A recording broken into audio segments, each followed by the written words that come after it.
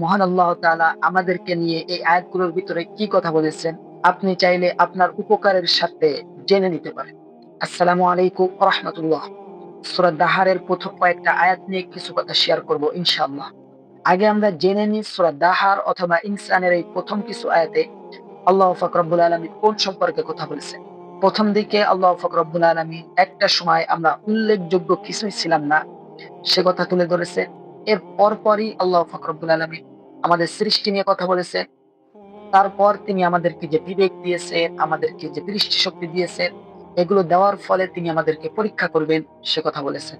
এবং সর্বশেষে আল্লাহ পাক রব্বুল আলামিন আমাদেরকে পরীক্ষা নেওয়ার পর আমাদের অবস্থান সম্পর্কে কথা বলেছেন। আসুন আমরা আয়াতগুলো একটু তাফসীর আকারে বিস্তারিত শোনার চেষ্টা করি। প্রথম আয়াতে মহান আল্লাহ তাআলা ঘোষণা করছেন, হাল আতা আলাল ইনসানি হিনুম মিনাদ দাহরি লাম ইয়াকুন শাইআম মাযকুরা। এই আয়াতে আল্লাহ পাক রব্বুল আলামিন আমাদের মানুষের কাছে একটা প্রশ্ন ছুড়ে দিয়েছেন। তিনি আমাদের কাছে জিজ্ঞাসা করছেন, মানুষের কি এমন একটা সময় ছিল না যখন সে উল্লেখযোগ্য কিছুই ছিল না? এই দুনিয়াকে আল্লাহ পাক রব্বুল আলামিন আমাদের জন্মের আরো হাজার হাজার বছর আগে সৃষ্টি করেছেন। এই হাজার হাজার বছরের ভিতরে আমাদের নিজেদেরকে উল্লেখ করার মতো একটা সময় কিছুই ছিল না। দুনিয়াতে যেমন এখন আমাদের একটা নাম আছে, একটা পদবি আছে, একটা স্ট্যাটাস আছে। একটা সময় আমাদের উল্লেখ করার মতো কিছুই ছিল না। এমনকি আমরা যখন আমাদের মায়ের গর্ভে আসি, গর্ভের ভিতরে যখন আমরা নড়াচড়া করতেছি, তখনও আমার আব্বা অথবা আমার আম্মা কেউই জানে না আমি আসলে একজন ছেলে নাকি মেয়ে। আল্লাহ এটাই আমাদেরকে বুঝাইতে চাচ্ছেন। এর পরের আয়াতে আল্লাহ পাক রব্বুল আলামিন আমাদের সৃষ্টি নিয়ে কথা বলছেন। তিনি বলছেন, ইন্না খলাকনাল ইনসানা মিন নুতফাতিন আমশাজ। আমি তো মানুষকে সৃষ্টি করেছি মিলিত শুক্রবিন্দু থেকে। নুতফা শব্দ দ্বারা বোঝানো হয় বীর্যকে। আল্লাহ এমন একটা জিনিস দিয়ে আমাদেরকে সৃষ্টি করেছেন যেটা একজন পুরুষ অথবা একজন নারীর শরীর থেকে বের হওয়ার পর তার উপর গোসল করা ফরজ হয়ে যায়। যদি কোনো কাপড়ে লাগে সেই কাপড় ভালোভাবে ধোয়া না পর্যন্ত এটা পাকই হয় না। এরপর আল্লাহ পাক রব্বুল আলামিন বলছেন, নাবতালিহি ফাজআলনাহু সামিয়াম বাসীরা। আমি তাকে করেছি দৃষ্টিশক্তি সম্পন্ন এবং শ্রবণ শক্তি সম্পন্ন।